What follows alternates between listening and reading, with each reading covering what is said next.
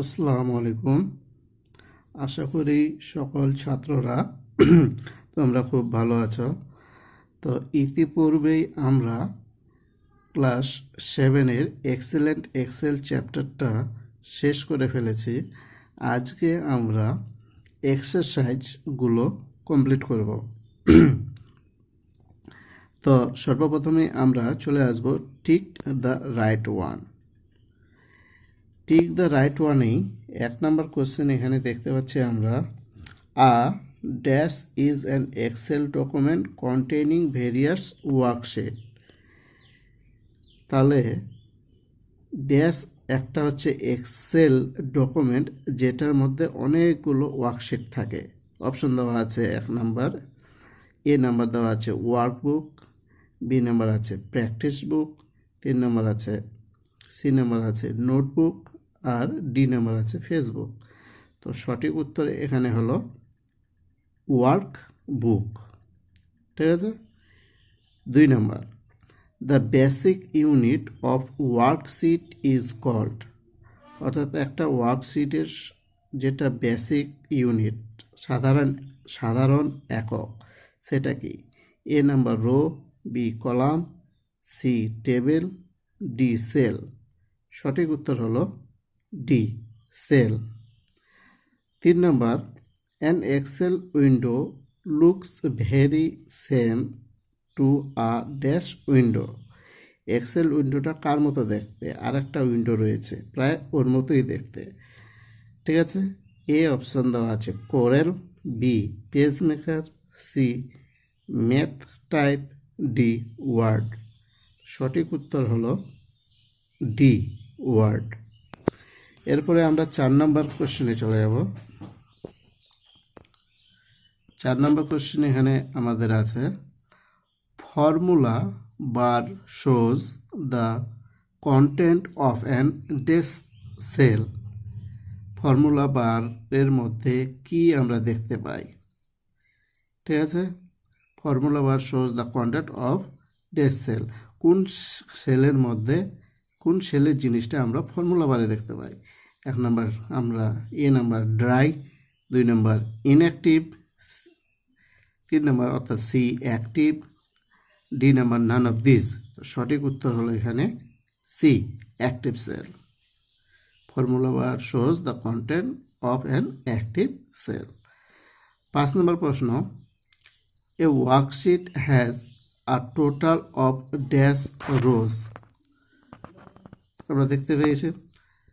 আচ্ছা, তো এখানে 1 নাম্বার অর্থাৎ এ নাম্বার আছে 65,036, বি নাম্বার আছে 65,136, সি নাম্বার আছে 65,436, ডি নাম্বার আছে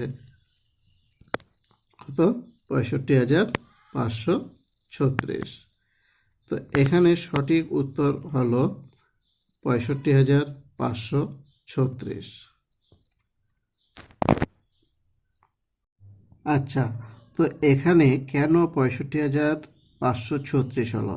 এটা এই কারণে হলো যে আমরা যে বইটা পড়ছি, বইটাতে আমাদের অফিস 10 মাইক্রোসফট অফিস 10 সম্পর্কেই দেওয়া আছে, কিন্তু এইখানে যে অপশনটা রয়েছে ঠিক আছে, এক্সেলটা যে দেওয়া আছে, এক্সেলের যে এই কোশ্চেনগুলো দেওয়া আছে, এই কোশ্চেনগুলো কার উপর বেস করে দেওয়া আছে? কোশ্চেনগুলো কিন্তু দেওয়া আছে মাইক্রোসফট অফিস এক্সেল 2004-এর উপর বেস করে। আর মাইক্রোসফট এক্সেল 2004-এ যে সফটওয়্যারটা ছিল সেখানে কিন্তু রো কয়টা ছিল? 65,536 ছিল। যেহেতু এখানে 10,48,536 নেই, তাই আমরা এখানে সঠিক উত্তর 65,536ই করব। ঠিক আছে। আচ্ছা, এরপরে আমরা চলে আসব ম্যাচ দ্য ফলোয়িং। সবাই এখানে দেখবে ভালো করে। তো ম্যাচ দ্য ফলোয়িংয়ে প্রথম কোশ্চেনটা এখানে দেখো, intersection of row and column. Row আর কলামের ইন্টারসেকশন। ইন্টারসেকশন মানে আমরা জানি কোনটা? ইন্টারসেকশন মানে হলো সংযোগস্থল। তাহলে এখানে উত্তর হবে কি? রো আর কলামের সংযোগস্থল কোনটা? সেটা হলো সেল। ঠিক আছে, উত্তর হবে ডি। তারপর এ ওয়ার্কবুক, 2 নম্বর কোশ্চেন। এ ওয়ার্কবুক কি? অর্থাৎ ওয়ার্কবুক হলো একটা এক্সেল ডকুমেন্ট, তাই সঠিক উত্তর এখানে আমরা নিলাম কি ই, অ্যান এক্সেল ডকুমেন্ট। 2 নম্বর হয়ে গেল। 3 নম্বর দ্য সিম্বল অফ, 3 নম্বর এখানে দেখো দ্য সিম্বল অফ হলোপ্লাস। হলোপ্লাস আমরা পড়েছিলাম। হলোপ্লাস কার সঙ্গে রিলেটেড ছিল? Mouse pointer. তো এখানে অপশনও দেওয়া আছে মাউস পয়েন্টার। তাহলে হলোপ্লাস সিম্বলটা কার সঙ্গে সম্পর্কযুক্ত? সেটা হলো সঠিক উত্তর কি বি, মাউস পয়েন্টার। তারপর 4 number question, with the help of a double headed arrow. Double headed অ্যারোর মাধ্যমে আমরা কি করতে পারি? আমরা কিন্তু এগুলো পড়েছিলাম। তো ডবল হেডেড অ্যারোর মাধ্যমে কি হয়? উত্তরটা হবে এখানে কি সি। ঠিক আছে, with of arrow can be increase or decrease. With of arrow can be increase or decrease. এখানে অ্যারো হবে না, উইথ অফ অ্যারো না, এখানে with of row and column can be increase or decrease. ঠিক আছে। 5 number question, A worksheet has সবার শেষ এটা 5 নম্বর। তাহলে উত্তরটা হচ্ছে কি এ। এর উত্তর আছে এ টোটাল অফ 256 কলামস, 256, অর্থাৎ একটা ওয়ার্কশিটের 256টা কলাম থাকে। এখানেও আবার ঠিক একই রকম। আমরা জানি যে এক্সেলে কলাম থাকে XFD অর্থাৎ 16,384, কিন্তু এখানে 256 আছে। কেন? কারণ এই প্রশ্নটাও এমনভাবে আছে, কার উপর ফলো করে? মাইক্রোসফট এক্সেল 2004 এর ওপর ফলো করে আছে। তাহলে মাইক্রোসফট অফিস 2004 যে ছিল সেখানে কিন্তু কয়টা কলাম থাকতো একটা ওয়ার্কশিটে? 256টা। তাই এখানে সঠিক উত্তর আমরা বেছে নিলাম 256 এ। তারপর আমরা চলে আসব fill in the blanks.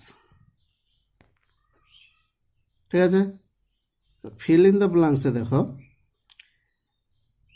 1 number question, Microsoft dash is a part of Microsoft office package. তো মাইক্রোসফট এক্সেল, এখানে উত্তর হবে Excel. Microsoft Excel is a part of Microsoft office package.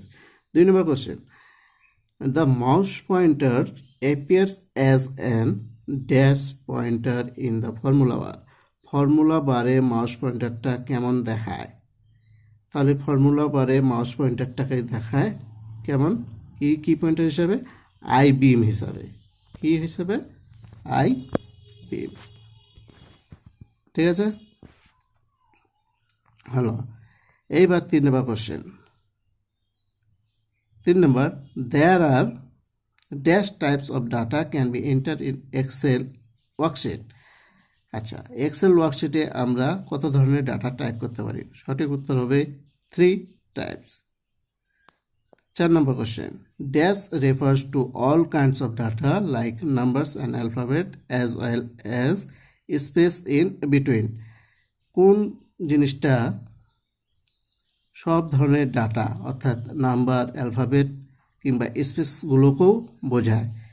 তাহলে সঠিক উত্তর এখানে হবে টেক্সট ডাটা। ঠিক আছে, কি উত্তর হবে? Text data. 4 number. 5 number, in a single cell you can type numbers only up to 15 digit. একটা সিঙ্গেল সেলে আমরা কতগুলো ডিজিট সংখ্যা টাইপ করতে পারি? 15টা। ঠিক আছে, তাহলে উত্তরগুলো তোমরা ভালো করে দেখে নাও একবার। 1 নম্বরটা দেখে নাও, 2 নম্বর দেখে নাও। 1 নম্বর হবে কি? এক্সেল। 2 নম্বর হবে আইবিম। 3 নম্বর হবে 3। 4 নম্বর হবে টেক্সট ডাটা। 5 নম্বর হবে 15। হয়েছে? আচ্ছা, এইবার আমরা চলে আসব true and false. True and ফলসে দেখো 1 নম্বর কোশ্চেন আছে, all worksheet contents row and columns. সব ওয়ার্কশিটগুলোতেই রো আর কলাম থাকে। সঠিক না ভুল? তাহলে এটা সঠিক উত্তর হবে টি। 2 number, A1 is known as cell address. A1 একটা সেল অ্যাড্রেস আমরা জানি। Here A is the row and 1 is the column. তো এখানে এটা হলো রো আর 1টা হলো কলাম। উত্তর কি ঠিক? না, ঠিক নয়, এটা কি ফলস।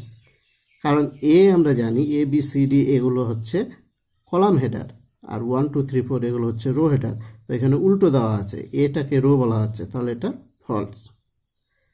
3 নাম্বার, আফটার জেড, অর্থাৎ আমরা কলামের নামগুলো যে দিই এ বি সি ডি করে, শেষ হয় কোথায়? জেড। সে জেডের পর, অর্থাৎ after Z the columns are represented by A B B C C etcetera.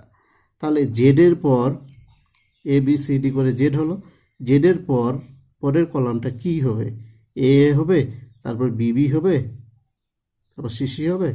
না, এটা উত্তর ভুল, ফলস। এ উত্তরটা হবে এ, তারপর হবে এ বি, তারপর হবে এ সি, এভাবে চলতে থাকবে। এইভাবে চলতে গিয়ে এ জেড হবে, এ জেডের পর হবে বি এ, তারপর বি বি, তারপর বি সি। ঠিক আছে, তাহলে এটা উত্তর হয়ে গেল কি? False. 4 number, to select a cell, একটা সেলকে সিলেক্ট করতে click at the centre of the cell, সেলের মাঝখানে ক্লিক করো। উত্তর ঠিক হবে, ট্রু। আচ্ছা, 1 number, the selection of first cell to last cell is known as a range of cell. অর্থাৎ কোনো কিছু আমরা সিলেক্ট করছি, ঠিক আছে, কোনো একটা ফার্স্ট সেল থেকে লাস্ট সেল অবধি সিলেক্ট করছি, অনেকগুলো সেল, সেটাকে কী বলা হয়? Range of cell. উত্তরটা হবে উত্তরটা হবে ট্রু। ঠিক আছে, টি হবে উত্তর। আচ্ছা, এরপরে আমরা চলে আসছি answer the following question. 1 number, what is Microsoft Excel? Microsoft Excel কি? এটা বড় কোশ্চেন, এগুলো আমি বলে দিয়েছিলাম, তোমরা বইগুলো দেখলে, বইটা পড়লে ভালো করে তোমরা এই প্রশ্নের উত্তর দিতে পারবে। তো Microsoft Excel is an part of Microsoft Office, এটা আমরা জানি, তোমরা উত্তরগুলো দেখে নেবে। What are row and column? Row আর কলাম কোনগুলো? এগুলো আমরা পড়েছিলাম, তোমরা বইটা পড়বে। Name of 2 types of mouse pointer. Mouse pointer 5 ধরনের আছে, এখানে বলা হয়েছে 2 ধরনের মাউস পয়েন্টার বলতে। আমরা কিন্তু এগুলো জানি, তোমরা বইটা দেখে ভালো মতো পড়ে নেবে। আচ্ছা, name 3 parts of Excel window and describe them.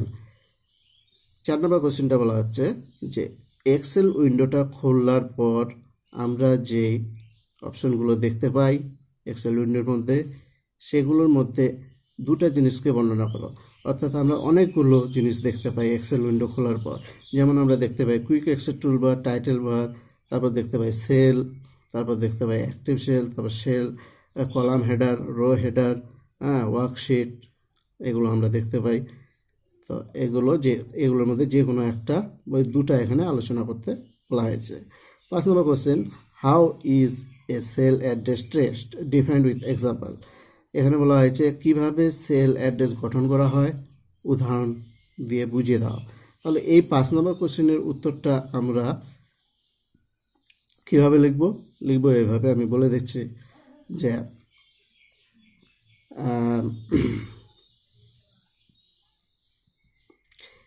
suppose A1 is known as a cell address, here A is a column and 1 is a row.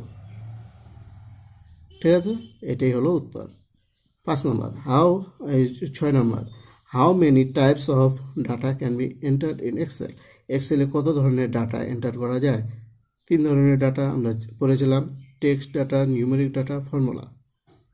তো আজকের মতো এখান থেকেই হলো, আমরা এই চ্যাপ্টারটা শেষ করে ফেললাম, এক্সারসাইজগুলো আমরা কমপ্লিট করলাম। তোমরা কিন্তু এগুলো সব ভালো মতো করে পড়বে, পরে ভালো করে লিখবে, বারবার লিখবে, তাহলে কিন্তু এগুলো মনে থাকবে। এখনও যদি কারো অসুবিধা থাকে তাহলে তোমরা অবশ্যই আমাকে কমেন্ট করে জানাবে। আজকের মতো এখানেই।